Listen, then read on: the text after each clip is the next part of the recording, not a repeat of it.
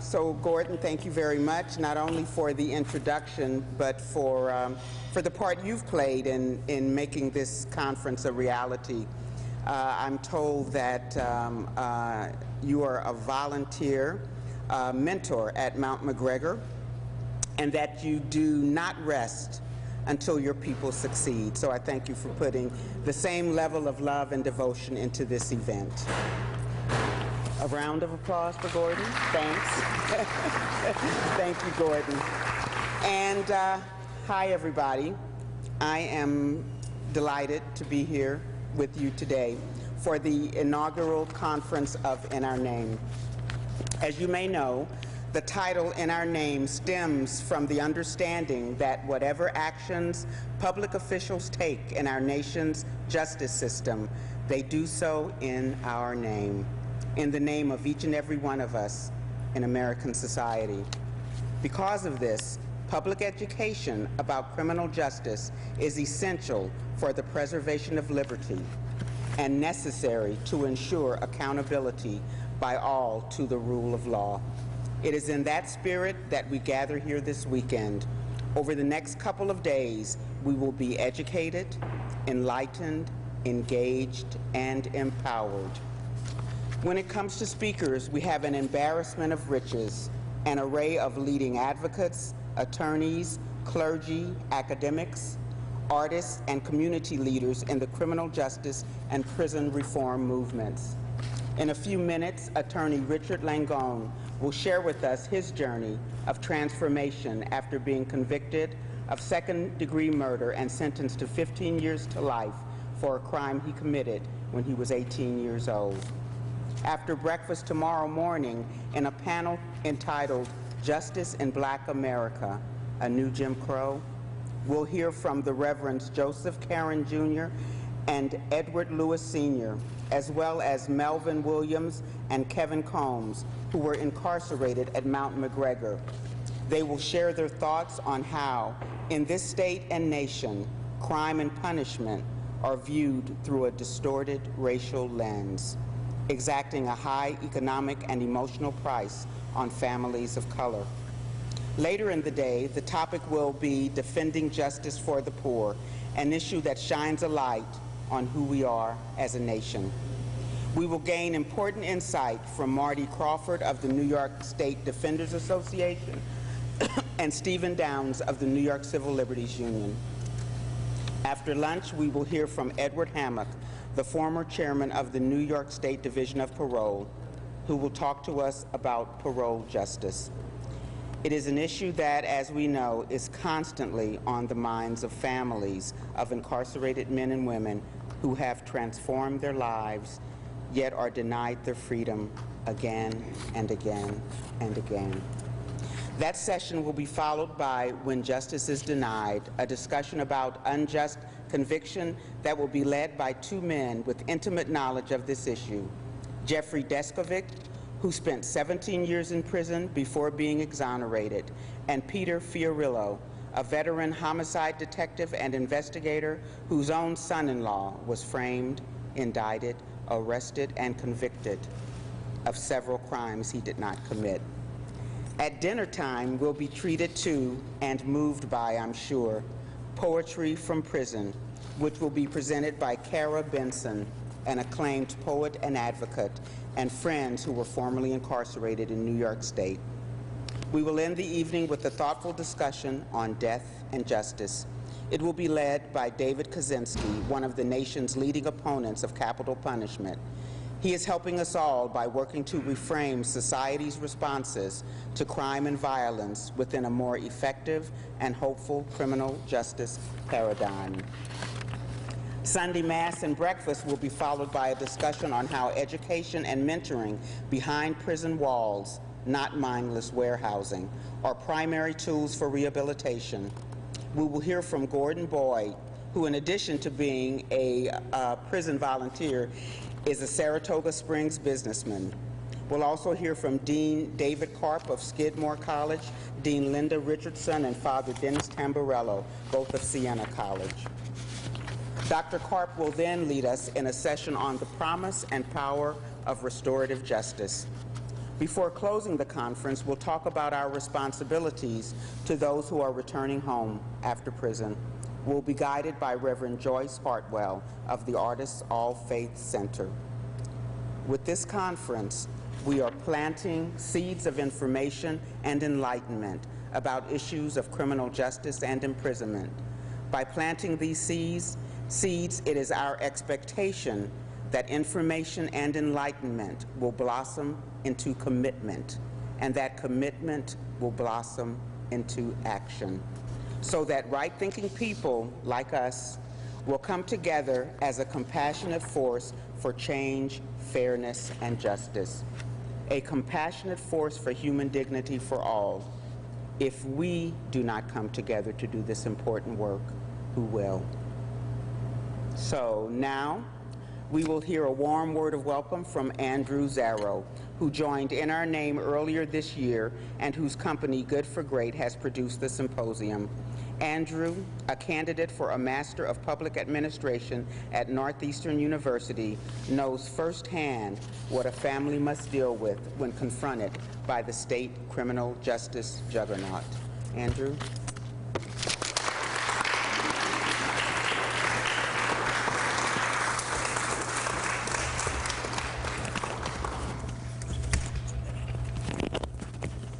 Thank you, Sheila. Stay right there.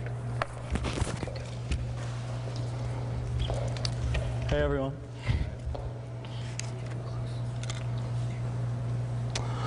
So good evening. Allow me to reintroduce myself. My name is Andrew Zarro, and I'm very grateful to be here to welcome all of you to our first In Our Name conference on restoring justice in America. This is a really special night for me, and I know most of you in this room. So let me just start by saying that the very first... This thing on? Oh, whoa. Okay. Let me start by saying that the first half of my presentation is going to be primarily focused on my personal academic research with heavy emphasis on statistical data and analysis. It's not going to be that boring. The second will focus on qualitative understanding of the system in which we operate. And then we're going to talk more about my personal experience with justice at home and what that means. So like Sheila said, to give you a little background, I'm currently working towards my Master of Public Administration at Northeastern University in Boston, Massachusetts. Any Red Sox fans? With a particular interest on restorative justice, institutional leadership, and public policy. I have a Bachelor of Science from the University of Vermont in Community Development and Applied Economics, and I was actively involved in social justice and diversity programming while on campus. As I conduct the vast amount of my research in the Commonwealth of Massachusetts, I must iterate that the majority of what I may speak to tonight regarding facts and figures reflects primarily Massachusetts and other New England states. So this is nothing personal against the state of New York, but New York is just like this entire different beast when it comes to the criminal justice system. But I promise to talk a little more about New York at the end of this presentation. I must also state that the majority of my research thus far is heavily focused on nonviolent drug offenders, with the corresponding statistics stating as such. The following is, I would just like to share a bit of research that I conducted for Governor Michael Dukakis and Mary Elizabeth Heffernan, who's the Secretary of Public Safety in Massachusetts. And the following is a restorative justice implementation strategy that I was fortunate enough to submit in January. So this memorandum proposes a strategy for the implementation of a restorative justice program in the Commonwealth of Massachusetts. Nationally and statewide, incarceration rates have reached unprecedented levels. Now 1 in every 100 adults is incarcerated in an American jail or prison. The per capita rate of imprisonment in Massachusetts increased from 48 to 153 per 100,000 residents between 1980 and 2008. The incarceration rate per 100,000 in Massachusetts also rose from 1980 to 1993. The rate began to level off from 93 to 99, and began to decrease from 99 to 2003, and then began to increase again from 2005 to present. Policymakers understand that this spike in growth over 3 decades is obviously not attributed to the decrease in crime or a larger population, but rather outdated policy that directs offenders to prison, coupled with sentencing enhancements, and keeps them there longer. Massachusetts is becoming increasingly aware of the fiscal burden of its 18 over-occupied correctional facilities and the corresponding social issues that accompany. This memorandum addresses the steps necessary to evaluate the current conditions of Massachusetts' traditional justice system regarding nonviolent offenders and redistribute the judicial process to those most affected, the victims, the offenders, and the community. In 2007 to 2008, Massachusetts was one of the top 10 states for rates in several drug use categories. These include past month illicit drug use among young adults 18 to 25, past month marijuana use among young adults 18 to 25, illicit drug dependence among persons aged 12 or older, and illicit drug dependence among adults ages 18 to 25. Approximately 9% of Massachusetts residents reported past month use of illicit drugs. The national average was 8%. Drug offenses represent the second highest governing offense type for both males and females following person offenses. The vast majority of offenders were serving sentences associated with the mandatory minimum term. There were a total of 1,646 inmates, or 75% of drug offenders, sentenced for a mandatory drug governing offense, 1,559 males and 87 females. In recent years, 2005 to 2010, Massachusetts has been on an upward trend of prison population in its 18 correctional facilities, which include pre-release, minimum, medium, maximum, and diagnostic facilities. The mean annual cost per offender in 2010 was $59,425. This includes 2 correctional facilities that have adjoining mental health institutions attached with a much higher average annual cost per offender. And the Department of Corrections budget was approximately $540,474,000. So the vast majority of those incarcerated in Massachusetts in 2010 were male. And I just want to give you some of the characteristics to give you an idea of this very specific individual who's incarcerated. 10,637 total males in the jurisdiction population, 9,617 sentenced, 407 awaiting trial detainees, and 613 civil commitments. The average age was 39 years old. 62% had a violent governing offense. 1,559 were serving a governing mandatory drug sentence. 72% of male drug offenders were serving a governing mandatory drug sentence. 49% entered the Massachusetts Department of Correction with less than a 9th grade reading level. 47% entered the Massachusetts Department of Correction with less than a 6th grade math level. The 3-year recidivism rate was 44%. 21.7% were open mental health cases, with 18.3% on psychotropic medication. And drug offenses, 23% were the second most prevalent category. Some of the female characteristics include 772 total females in the jurisdiction population, 605 sentenced, 160 awaiting trial detainees, and 7 civil commitments. Average age for females was 36 years. 37% had a violent governing offense. 87 were serving a governing mandatory drug sentence. 41% entered the Massachusetts Department of Correction with less than a 9th grade reading level. 37% entered the Massachusetts Department of Correction with less than a 6th grade math level. And 59.3% were open mental health cases, with 51.2% on psychotropic medication. The Massachusetts Department of Corrections total prison population is currently 11,409, and from 2011 to 2019 is projected to grow to 14,753, with an average annual increase of 2.4% over the next 8 years. Typically, the Commonwealth's recidivism studies observe released offenders for 3 years following the release of prison or placement on probation. We define recidivism as a habitual relapse into crime, and offenders are returned to prison for one of two reasons. One, for committing a new crime that results in a new conviction, or two, for a technical violation of supervision, such as not reporting to their parole or probation officer or failing a drug test.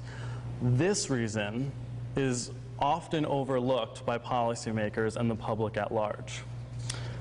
Recidivism rates for inmates released during 2005, so that's that 3-year analysis, were positively correlated with the security level of inmates releasing facility. The recidivism rate for male inmates increased as the security level increased. Male inmates released from lower security had lower recidivism rates, with 37% of those inmates reincarcerated 3 years after the release.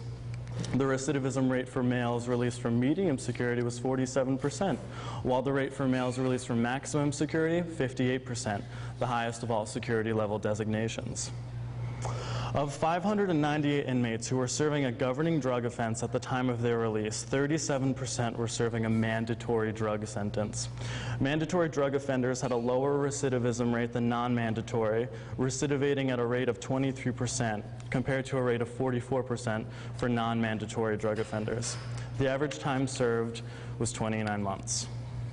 There are many factors that contribute and influence recidivism. These include personal characteristics such as age, gender, race, length and severity of criminal history, education and skill levels, and conduct while in prison. Other factors such as length of incarceration area affect recidivism rates. So all facts and figures aside, a great majority of the individuals that I just outlined are in some capacity members of a family or a community. Okay, so that's all the academic stuff. Got that out of the way, all my facts and figures. How's everyone doing? We're good? Okay, so now that we got that out of the way, I can talk to you about what the program says I'm supposed to be addressing tonight, the subject of justice at home. When initially considering this topic, I found the concept of justice at home a rather broad and somewhat misleading descriptor for what I was going to address. I know it's a rather daring move, but I'd like to ask you, when you hear justice at home, what are some of the first thoughts that pop into your head? And don't be shy, it's going to be a long weekend. Family. Family. Anything else? Unfair. Unfair. Anything else? What's that? Role models. Role models. Anything else? Punishment. Punishment. Local crime. Local crime. Okay, so just what I thought. That's a broad topic. There's a lot going on. Honestly, when I first heard it, I thought of like being grounded when you're a teenager. Growing up, my life had been pretty wonderful. Memories of supportive parents, annoying yet lovable siblings, and an all-around privileged experience that one is not aware of until they are removed from it. On July 8th, 2004, I was with my mother and younger sister when we received the phone call that would instantly change our lives and our family as a unit forever. My father had been incarcerated. The next 9 years of my life were honestly a blur, with everything from homelessness to near-death experiences. We did not receive any support or family services from the state that took so much away from us. In fact, it felt like they just wanted to take more any chance that they had. I remember around my 16th birthday, I had just become ward of the state of Vermont. My mother was forced to make the decision to relinquish her legal rights over me so that I could receive state funding to continue attendance at my school. I couldn't wrap my mind around the notion that the criminal justice system was capable of tearing families apart, and the only option to provide family services was to further separate an already broken family unit. The family is a very unique entity as a unit. I have found that it has the ability to adapt and change when necessary. If there is some sort of void left by one member, the others tend to fill it in some capacity. But what happens when the void created is so big that the family needs some help? What happens when the state creates this void, but is incapable of providing services or programming to those most affected by it? The effects of parental incarceration on children are obviously a compelling topic to someone such as myself. After years of firsthand experience coupled with an academic background, it would make sense that I have found a particular fervor for the subject matter. However, I have found that it is in health and human services that the criminal justice system has created one of the greatest needs for support and programming. Understandably, the effects on children and spouses is greatly affected by variables such as gender, of which 90% of the current incarcerated parents in the United States are fathers. The second highest variable is race and ethnicity, with African American parents 47% and 49% in state and federal prisons respectively. Then either Hispanic parents, 19% and 30%, or white non-Hispanic parents, 29% and 22%. Other factors such as age of parent, family living arrangement prior to incarceration, and length of incarceration are also variables on spouses and children. The actual effects on children are measurable, both short-term and long-term. In studying this material, I sadly found demonstrative evidence of this in my own behaviors as well as my younger sister. I won't delve into more academic theory or show you any more numbers, but it's a safe assumption that children of incarcerated parents are at a much higher risk and are in great need of services.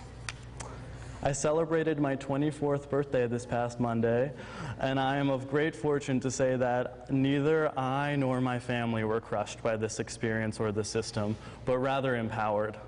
I was blessed with people in my life who encouraged me to fight and do the best, work best of my ability through education and activism and sticking by my family. However, we are just one family out of millions that are affected and in serious need of real and tangible resources and services and supportive outlets. It is unfortunate to say that we are lacking in said necessities, but I believe that it's through grassroots organizations and community development like that of the N.Y.C conference where we will begin to take action and use our voices to speak up for those who cannot advocate for themselves.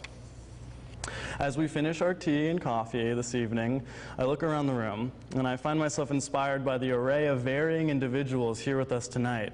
Present in this very room, we have members of the nonprofit sector, spiritual organizations, government agencies, academics, formerly incarcerated individuals, family members, activists, and allies.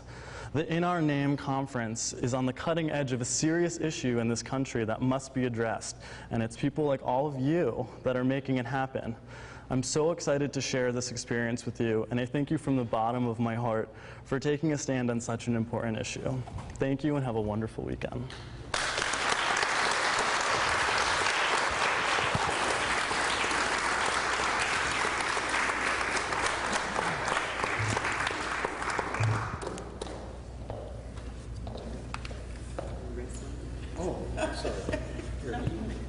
No, I was just going to say. Go right ahead.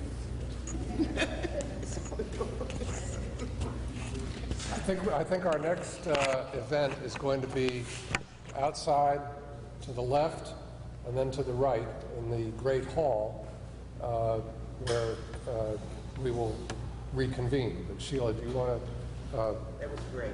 do that segue or redo it or improve upon it? That was great. And I'll talk when we get over there. Okay. All right. So, everybody can stand up.